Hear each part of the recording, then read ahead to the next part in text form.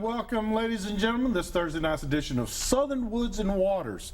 And I hope you're ready. Got a pen and a pad in front of you. Boy, we're going to educate you a little bit tonight on something that you think is so trivial, probably, something you rarely ever see, but how important it is to our water ecosystem, and that is freshwater mussels. I want to show this right here. This book here is all about freshwater mussels. That's what tonight's show is about. And with me tonight, I've got the #1 expert, David Sims with Tennessee Wildlife Resources Agency. David, thank you so much for being on the show. Thanks for having me. David, I have worked with you before. Right. We did the actual tagging, GPS track tagging of the sturgeon on Old Hickory Lake at Gallatin Steam Plant. Right.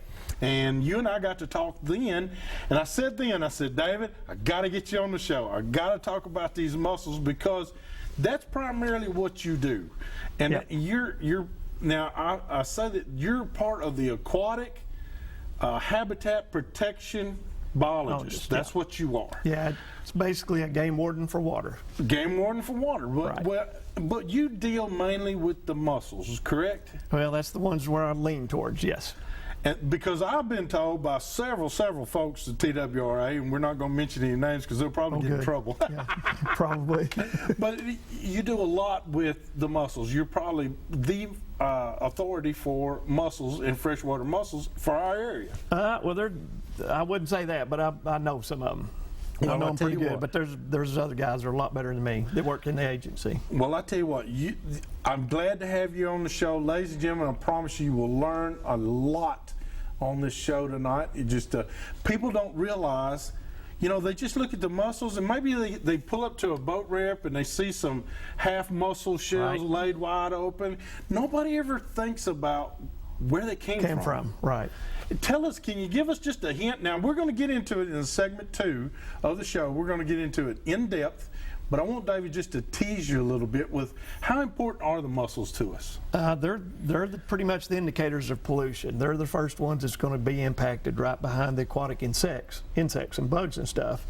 Then it'd be the mussels because they're the ones that's always out there filtering the water just 24 hours a day. So if there's anything in there that's bad, it's going to impact them first. I got to ask you, right off the bat, you were at Pickwick, we were just at Pickwick. Yeah.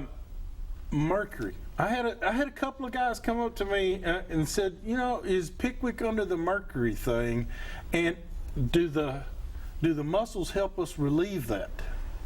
I don't know if I haven't heard of one down there. Okay. I think it's more up toward East Tennessee. I know there's some restrictions on fishing, different fish that you can eat up there.